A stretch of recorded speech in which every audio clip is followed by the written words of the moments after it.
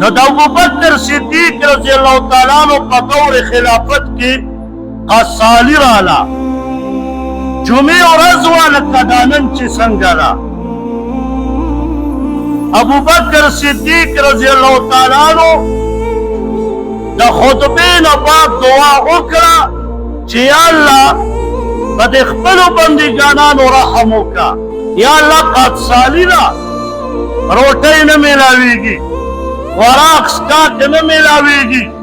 نو ابوبکر صدیق رضی الله تعالی عنہ دعا وکړه صحابه راووته مخامه ټیم کېږي چې د لرې نه وکته څه قافله را روان ده او دوړې خېږي صحابه خوشحاله شه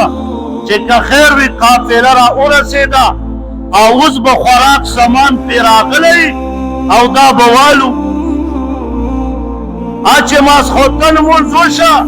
قافله مدینې مبارکې ته رادننه شوه حدودو ته راغله عثمان رضی الله تعالی عنہ سلو خان د بارونو نه ډک پټنونو مال راوړي و خان هغه یې راورسېده عثمان رضی الله تعالی عنہ کور ته ننوت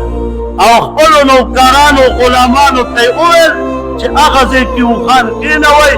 او سودا ترې کوزه کوئ د مدینې مبارک کې تجار صحابه دا وله راغله ورته عرض کوي ګیټ یې وټاکه عثمان رضی الله تعالی عنہ راووت ورته فرمایي وی څه کوئ وی جی په هر څلوېښتو کې 2 دراهم ګټه واخله عثمان رضی الله تعالی عنہ ورته فرمایي دا لږه ده لږه ډېره یې کوي هغې ورته وویل چې په هر څلوېښتو کې 4 دراهم واخله دا دراهم د چاندې او د سونې به وو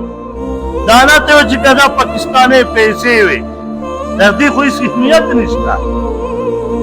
بیا ورته وفرمیل دا ګټه لږه ده لږه ډېره یې کوي لنډه ده چې هغې ورته 10 دراهمو ته ورسېد چې په هر څلوېښتو کې 10 دراهم واله ګټه پاکستانۍ ته اربو روپۍ جوړېږي عثمان غني رضی الله تعالی عنہ ورته وفرمایل چې ما چې دا د چا سره بیعه کړې ده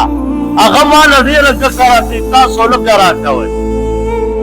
تجار خلک حیران شو ورته عرض کوي چې چا سره دې بیعه کړې ده مدینې مبارکه کې خو چې کم تجار خلک بیا ټول تاله راغلي هغه ورته وفرمایل ما د رب سره بیعه کړې ده 10 ګنا الله فرمایي کنه من جاء بالحسنة فله 10 امثالها الله فرمایي په 10 چنده به ګټه درکم نیکي به دله درکم نو الله د زه په دنیا 10 چنده ګټه غواړم والله یې ماله راکړه الله ماله ګټه راکړه او 1% ګټه چې په آخرت کې ساتلې ده الله نه غم غواړم الله به هغه راکوي دا 100 واړه وخان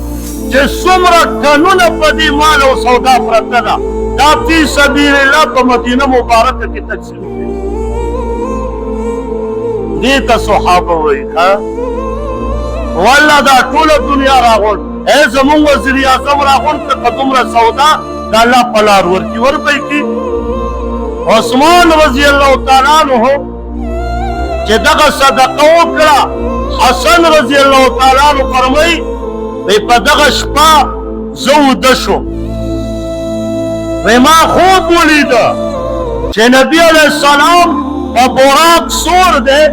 او ډېر تیزۍ سره روان دی او شین لباس څادر مبارک یې په ځان اچولی دی وی ما پرې اواز وکړه چې ناناجي